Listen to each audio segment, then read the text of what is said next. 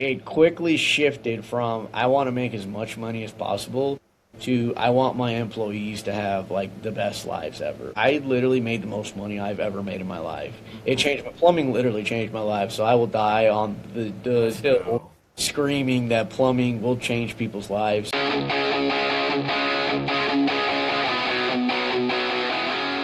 This episode is brought to you by 10x Nerds. If you're a business owner doing real revenue, there's a good chance you're overpaying in areas you haven't even looked at. Things like credit card processing, insurance, telecom, and more. 10x Nerds comes in, audits your expenses across 30 plus categories, and finds immediate savings. And here's the kicker. They only get paid if they save you money. It's a complete no-brainer. If you want to keep more of what you make, go check them out at 10xnerds.com. This episode is brought to you by Rakowski Law Firm. If you're a business owner or have built a level of wealth, but you don't have your estate plan dialed in, you're exposed. Rakowski Law Firm helps families and business owners protect their assets, avoid probate, and make sure everything transfers exactly how it should. This isn't just paperwork, it's a real strategy to protect your legacy. If you haven't looked at your plan in a while or don't have one, go to rakowskilawfirm.com.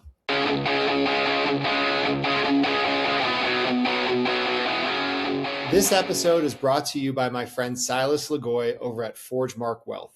If you're a high-income business owner or professional and feel like you're getting crushed by taxes, you're not alone.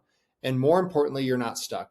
ForgeMark Wealth specializes in advanced legal tax strategies and wealth planning designed to help you keep more of what you make, grow it efficiently, and actually build long-term freedom, not just income. If you're making serious money but don't have a real strategy behind it yet, I highly recommend connecting with Silas and his team. What's up, everybody? This episode is sponsored by ExitWise. If you're a business owner thinking about selling your company, whether that's now or years down the road, you need to know what your business is actually worth and how to maximize that exit. That's exactly what ExitWise does. They help you prepare, position, and ultimately sell your business by assembling a world-class team of M&A experts around you, guiding you from valuation all the way through closing. If you want to know what your business is really worth and how to increase that number before you sell, go check out exitwise.com and get ahead of it.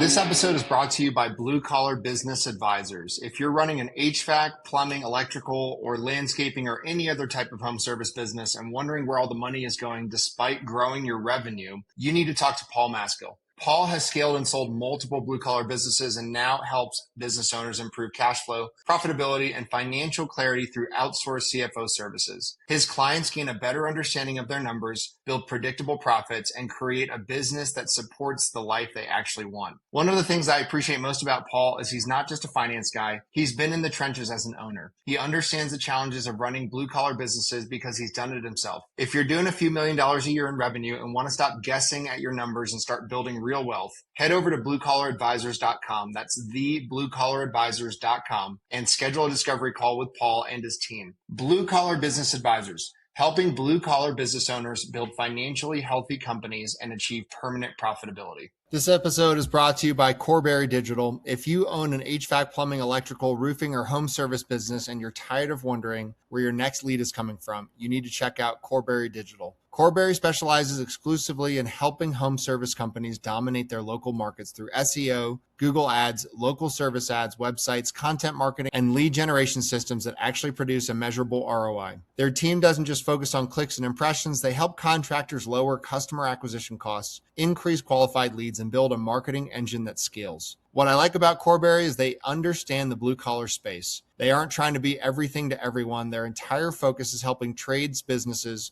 win in their backyard and generate more profitable jobs. If you're looking to grow your business, improve your online visibility, and build a marketing system that works, visit corberry.com and schedule a strategy session with their team. That's corberry.com. Tell them you heard about them on the podcast. Welcome back, everyone, to another episode of the Big Hitters Podcast. I am here with Gustavo Suarez. He is the owner of Leak Wranglers. Gustavo, thank you so much for joining the show, brother. Thanks for having us. Absolutely, man. Well, hey, give us the rundown. So tell us a little bit about your business. What exactly do y'all do, and how did you get started with Leak Wranglers? So our title is Leak Wranglers Plumbing and HVAC. but we're going back to our roots and mainly focusing on only plumbing at this very moment. Just kind of stay true to our roots. The company started in 2024. I had a business partner when we first got the company off the ground. He has since moved on. Really good friend. Shout out to my boy Alan. He's no longer with the company, but we're still really good friends. We just had different things going on. Sure. Give us an idea, Gustavo. So what is growth sort of looked like from the time y'all started this, kind of up until now? I imagine you probably started from scratch, and then where have y'all kind of grown to at this point? Man, that's tough. It's a loaded question. So yeah, we blew up kind of fast in this area.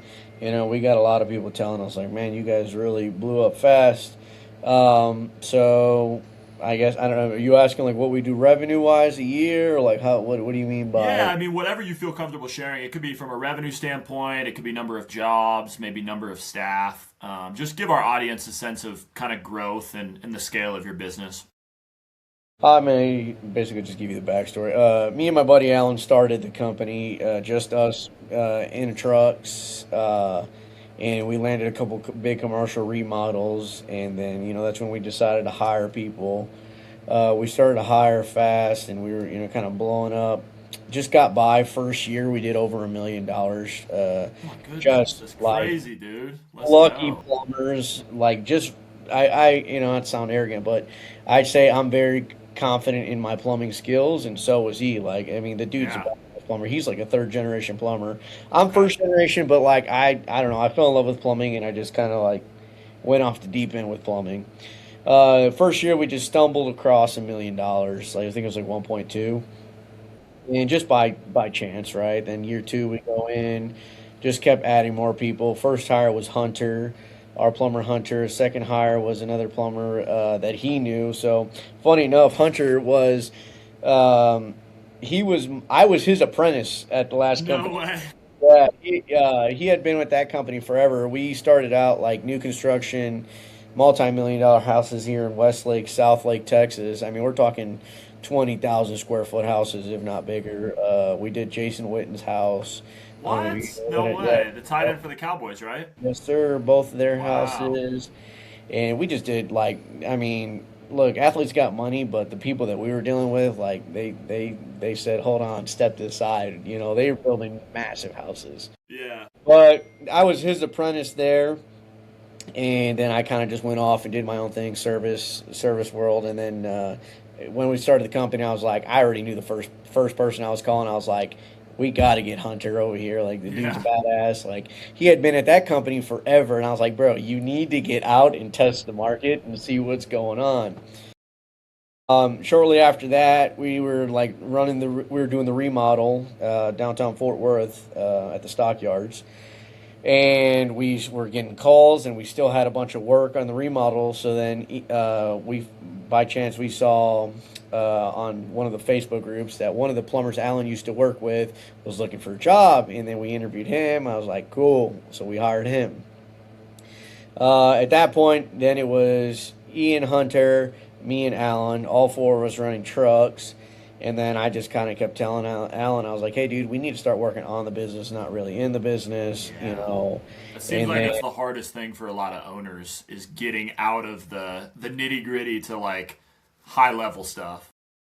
well, yeah, exactly that. But the other thing is, I mean, I'll eventually get to that part of the story, but it's, yes, pulling yourself out to work on the nitty gritty stuff, but also then the second part that I'm going to get to eventually is like knowing what you're looking at.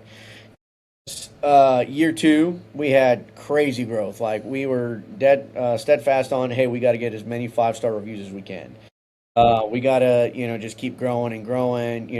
We had already worked for like larger companies in the area, so we kind of had it. Between me and him, we had an idea of how these companies operated, enough to be dangerous, right? So we were already like top producers at all the companies we were at.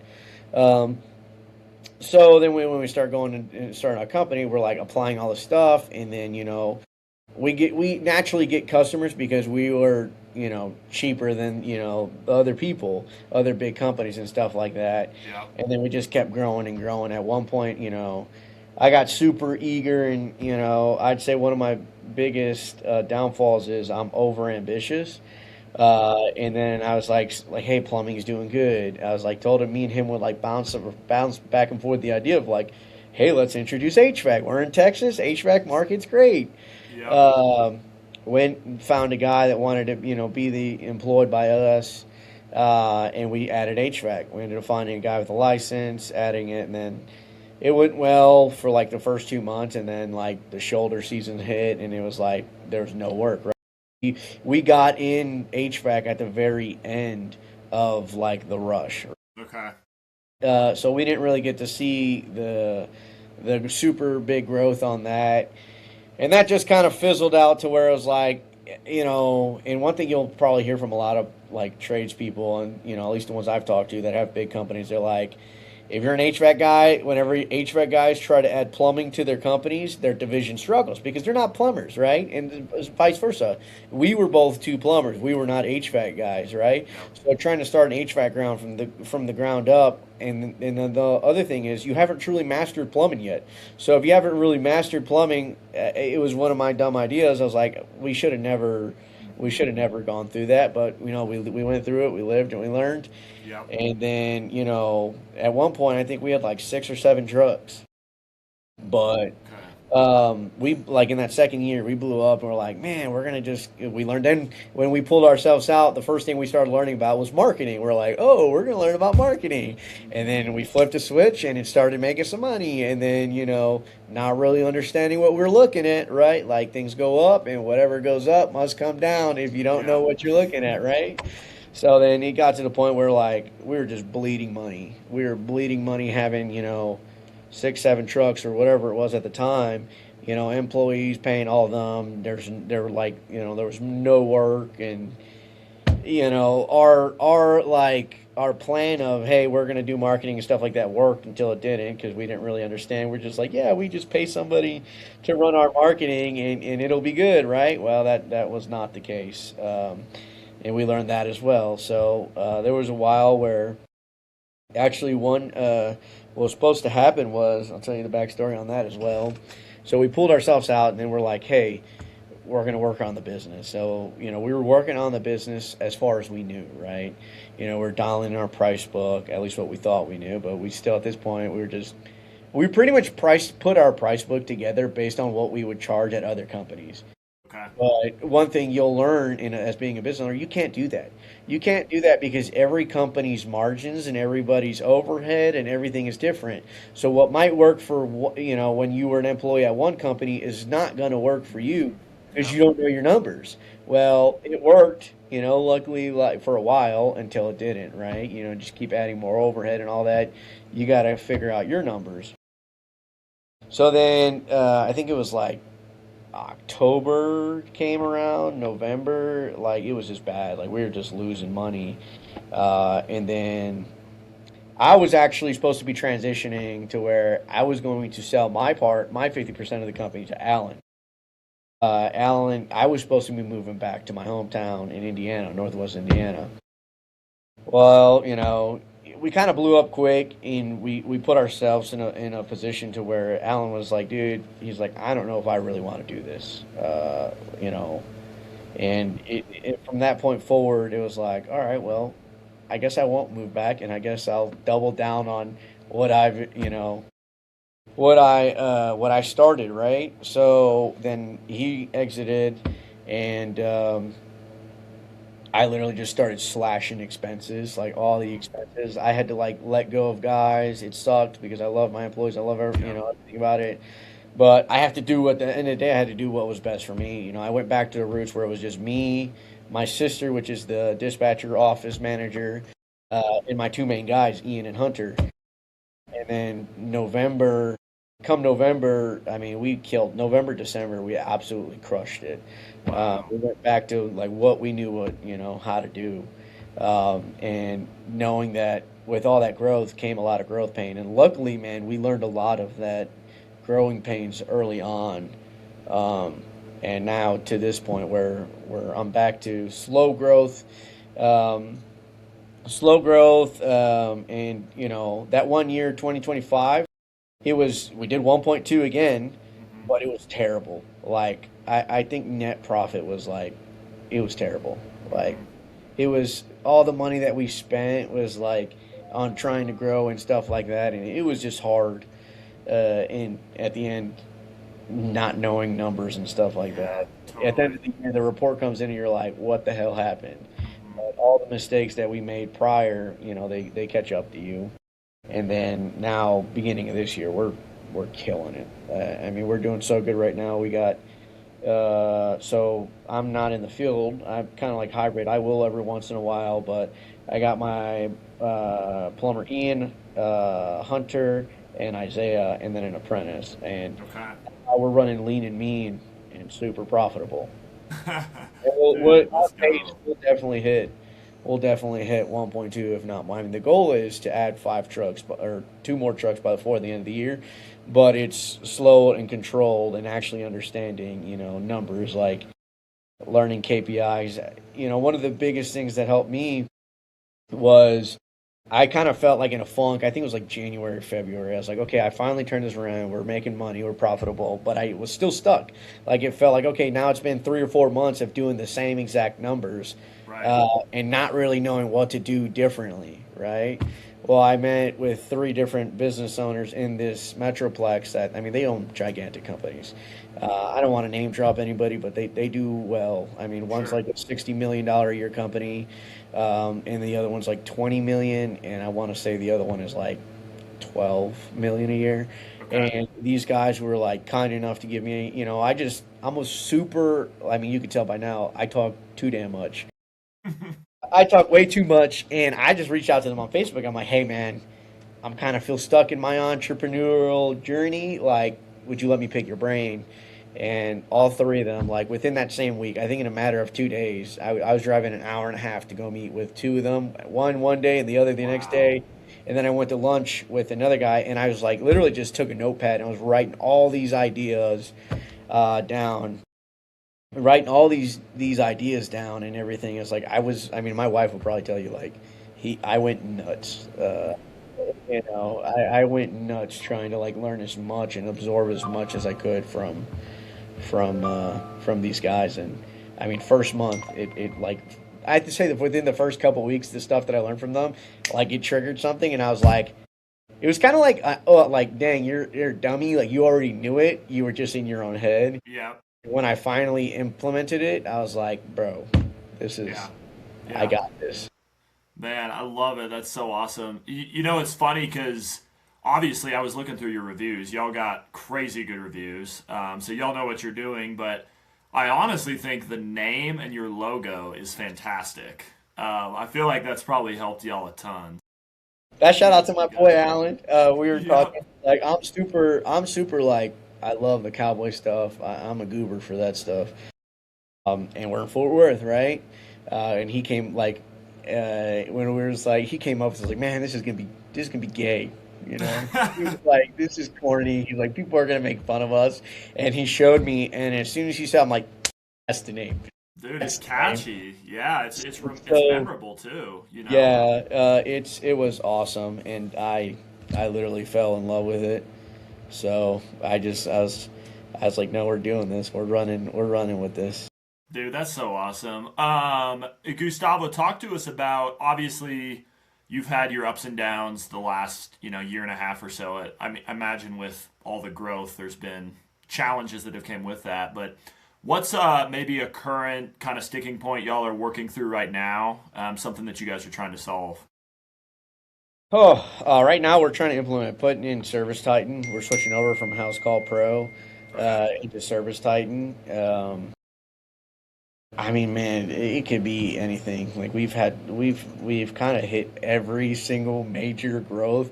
I Yeah. mean, when you're starting a company, you're wagering, time, money. Like as a technician, you could go make way more money in the field as you would running your own business. Which, um, it was just so much that I mean, currently I don't know. That's tough. I mean, I'm not saying we got it all figured out, but there's nothing that like really sticks in the top of my head. I mean, I think the number one thing that every business goes through is cash flow. You know, it's not so much a problem as it was back, last year, but early on, but it was probably the biggest thing, but Yeah, I can't really absolutely. think of any.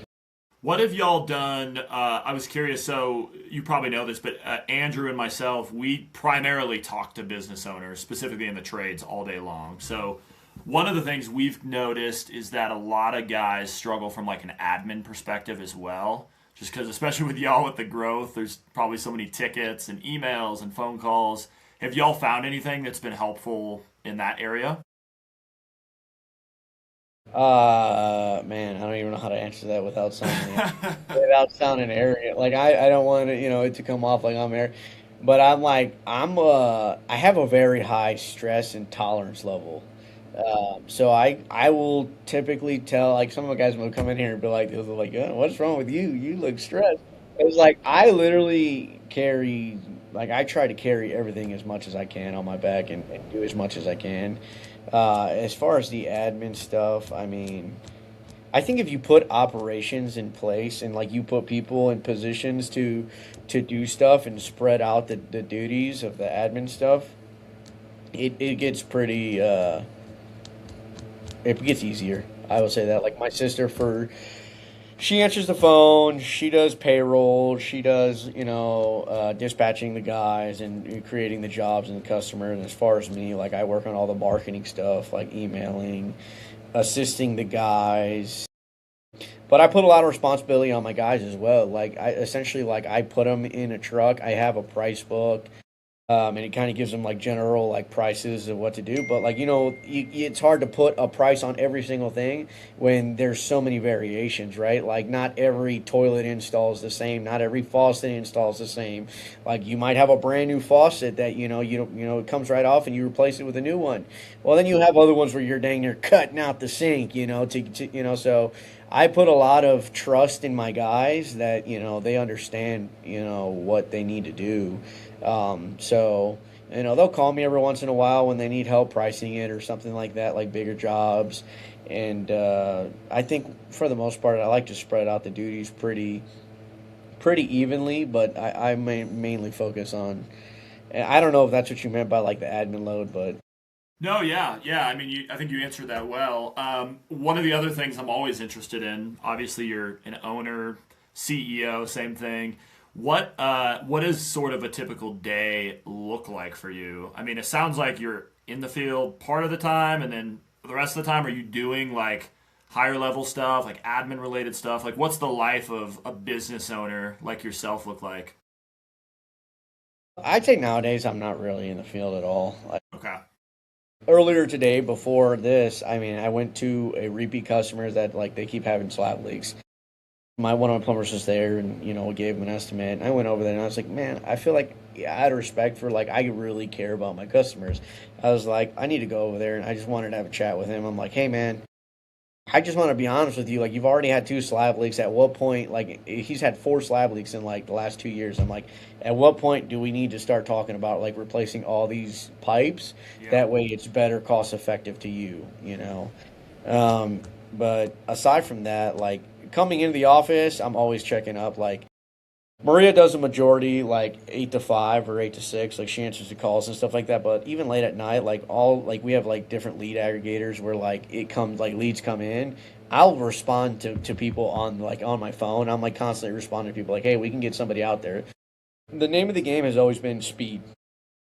Like get a plumber, like you have to get to them because if you don't get to them, there's somebody else Yes. calling them. Yeah. So I'm still heavily involved in that. Right now with like Service Titan, I'll come in, I check my emails. I have all my meetings, right? Like whether it's benefits, marketing, anything that I'm trying to do growth related, I hit all my meetings. I like in this past week, I could open my Google Calendar. I've had, different meetings with like virtual assistants like Avoca, call answering, bots, like AI chat bots. I mean, I mean, you name it. Like, I'm constantly looking to see what I can implement to the company to make it easier and make it, essentially run more smooth. Yeah. For the last week and a half, though, I've been really like working hard on Service Titan. I mean, it's pretty much I get here at like 8 and I probably won't leave till like 5 or 6 p.m. and I'm just constantly Wow. working on all the stuff in the computers and stuff like that. I come to the office, I'm looking at, okay, what are we doing? What calls are we doing? What are the guys doing? Do I need to get more calls? Do I need to increase the marketing? I mean, and I kind of, so I've had a marketing company. I've gone through like three. And I've had a marketing company for like ever, but like I've kind of brought marketing a little bit more in-house, Sure. if you will. So now I'm doing that. I have to constantly be involved, like checking all these, different marketing avenues and making sure that they're producing and making sure, like creating reports and stuff like that. Pulling reports, so marketing every day, like looking at what the guys are. When a guy finishes a call, like, I'll typically call him, like, or they'll call me and be like, hey, how'd it go? We feel good. Did we give the customer a 5-star experience? What were they looking at? Did make sure we dotted our I's and crossed our T's and everything like that, checking the financials of the company, running P&Ls, all that You're stuff. doing it all. I do it all. Big jobs. I bid remodels. I have a customer that's been with me since we pretty much started the company. Okay. He's one of those guys like, I quit the company I was with and he came looking for me. He's like, I will never use anybody but Gustavo. I mean, I don't know. He's an engineer. Most plumbers will tell you, we hate engineers, yada, yada, yada. And me and him just kind of hit it off. And I mean, this dude does a lot of work. Like, he buys houses and completely guts them and he lives in them and stuff like that. So, I mean, he added a whole second story to another house just to give you an idea of what kind of stuff this guy does. So I'm constantly bidding his remodels and making sure we get to remodels and stuff like that. So, Dude, that's so kind of cool. do a little bit of everything. Yeah, it sounds like you're wearing multiple hats. Talk to me a little bit about AI. So, has there been anything specifically that y'all have implemented, or y'all kind of toying around with some stuff? I know in the blue collar space, it seems like most guys are a little bit behind the curve when it comes to AI. So, we're always curious to hear about that. That's so funny you're bringing this up because I was just thinking about this. It's like I feel like a lot of people are behind on stuff. Yeah, especially in your world. Yeah. I probably I would say I do use AI like just to chit chat and bounce ideas back off it because like my mind never stops. Like I got a little hamster in there and that dude is like on overdrive, dude. So Yeah. like even if it's like 1, 2 in the morning, I gotta know when my wife's sleeping. I was like, I'm done just like typing ideas and going back and forth. Hey, Right, what's right. going on, What up, Andrew? Andrew? What's up, man? Gustavo's young, dude. I didn't realize how young you were. Dude, you're Yes, missing sir. one of the most badass dudes we've interviewed so far. Really? Yeah, Shoot. Gustavo's dope. We were just chatting a little bit about AI, so he was Yeah. he was getting into some of the. Sorry, you can keep going, Gustavo. I was asking him if they've been implementing AI or what that's kind of looked like for them. So on the day to day, like that's the like as surface level AI. It's like I'll talk to it and stuff like that. Like if I have an idea, I'll talk to it and stuff like that.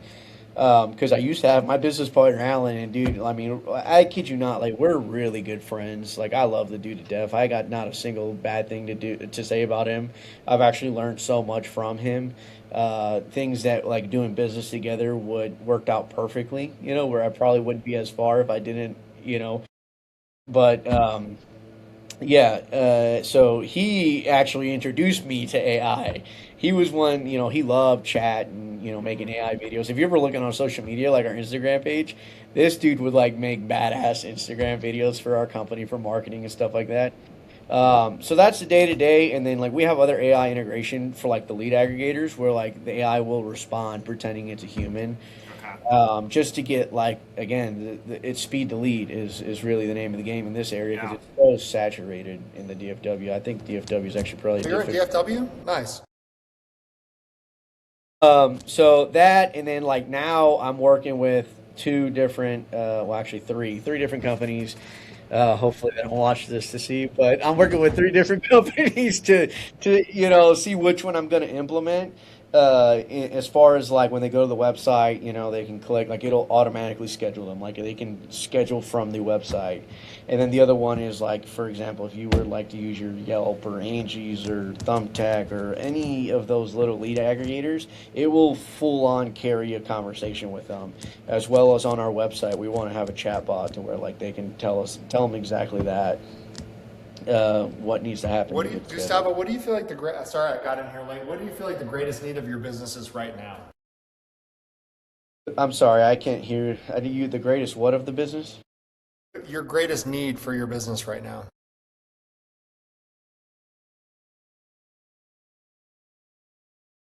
I don't. That's tough. Like, cause I feel like right now I'm kind of in a weird position because I'm not really pouring gasoline on the fire. Like I'm still being very conservative when it comes to like marketing and stuff like that. So I feel like eventually we're gonna have more growth pains. And the reason I'm being conservative with the marketing is like I just hired a third guy. I'm trying to see how that goes, and we're also switching over to Service Titan. So until like we're fully implemented with Service Titan, I'm kind of just trying to coast, if you will, because we've been doing a lot of reporting. And it's all been manual. Like, my sister is badass when it comes to, like, she's making spreadsheets and stuff like that. But then I have to take the information from the spreadsheets and dissect it and put it in another spreadsheet. And it's just, like, gotten to the point where, like, a lot of this stuff that was, like, on a smaller scale was easy to do. It's like, this is taking way too much time. Like, we need to get on. So that right there, I would just get you a virtual assistant. That's actually something that we do, like, someone in Central America or the Philippines to just do data entry for you.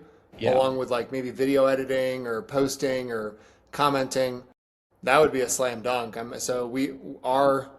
Our niche is the blue collar guys. We work HVAC, plumbing, electrical. My ideal client is not the guy in his truck, but the guy that owns the trucks. And I would argue, dude, that stepping stone one to freedom in your business is an amazing executive assistant overseas. Yeah. I'm definitely interested to hear more about that. But I know that, like, again, when I told you, Chase, that I met with some of the guys, these other business owners, I mean, one of them was, like, a very open book. Like, he dude let me get on his Service Titan or showed me his Service Titan and all that. I'm like, holy shit. Like, Service Titan does all of this. They track all your marketing. They track all your closing rates. I'm doing this manually, like, in House Call Pro, like, it's been driving me nuts. Because a lot of guys on the House Call Pro group will come like, oh, House Call Pro is the best, Service Titan's overpriced, and, it sucks, and all this. I'm like, there's no way you can compare House Call Pro to Service Titan. Like, even just, I'm still implementing and inputting stuff, and it's like, House Call Pro is very elementary, and one of the guys I talked to actually hit it on the head. He's like, it's like those guys that talk bad about Service Titan are the guys that, one, don't really understand their numbers, or two, they don't understand that they have a Ferrari and they just don't know how to drive. Yeah. Absolutely. Well, dude, I'd love to get another call set up to talk about an executive assistant. Again, I think it's a cheat code. I don't know how I would live without one. My executive assistant, Angela, she's in the Philippines. She's $7 an hour. She puts out so many fires for me every day. And I'll be needing that soon as I think of expansion, for sure. Dude, that was my number one thought for you as well. So, Andrew, just to give you a little more context, we were chatting about the growth that they've had.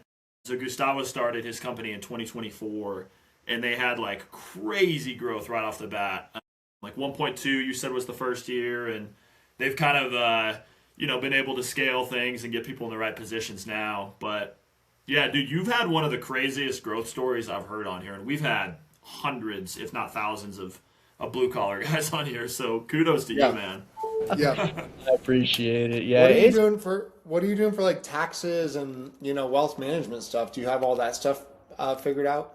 As far as taxes, I mean, we have a bookkeeper and a CPA. I mean, it's very elementary. You missed the part where I told him, like, even though we did 1.2 our first year, we spent a lot of that money the second year growing, and we like although on paper it says, hey, you did 1.2, like the net profit was like trash. Like it was not good, and we over leveraged ourselves, and now like I've kind of had to like retroactively take a step back, but I got it more dialed in to where the profitability is a lot higher, doing it right as opposed to just thinking I know what I'm doing.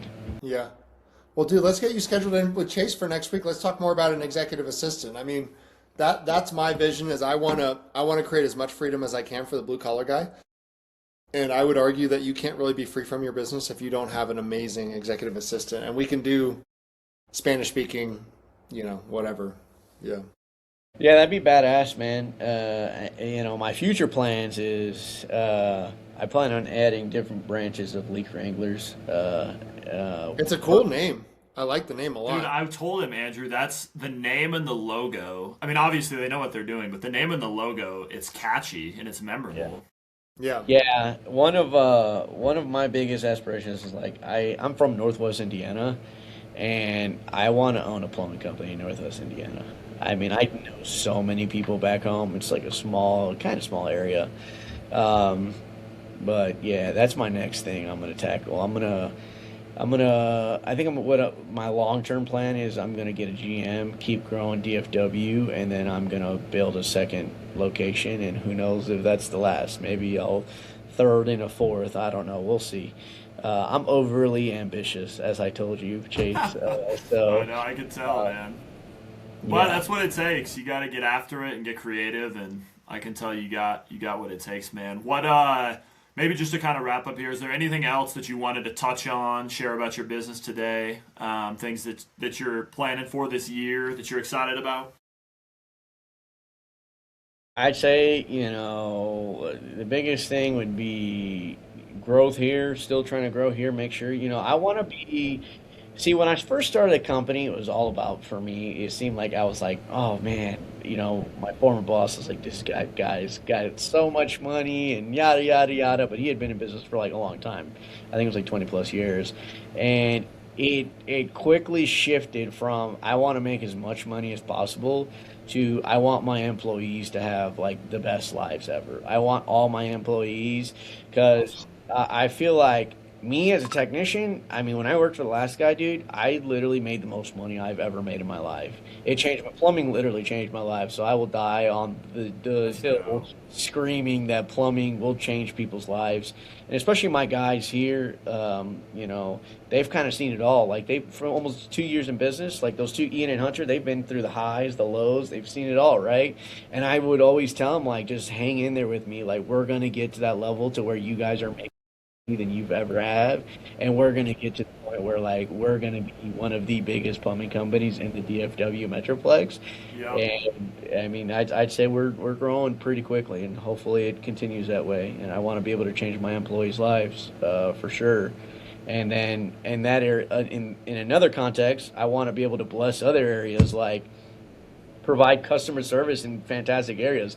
If I can go into Northwest Indiana, which is a very small area, I feel like, and this is one thing, is like, I feel like I'm in one of the most, I don't know if you would, like, biggest metroplex in the United States. Yeah. And everything I've learned here, I was like, how can I not take this and go to a small town and like absolutely crush it? Yeah, and also while making the community, employing people, and making like everything around it better. Dude, that's so awesome. Well, bro, maybe stick around for a few more minutes and we'll talk some shop offline. But where can our audience find you guys? I assume, are y'all on Instagram, on socials? Leak Wranglers Plumbing, on pretty much everything. Leak Wranglers Plumbing, yeah. Our website, leakwranglers.com. And yeah, that's where we're at. Gustavo, this has been fun, man. Thank you for joining us, and thank you everyone for tuning in. We'll see you guys next time.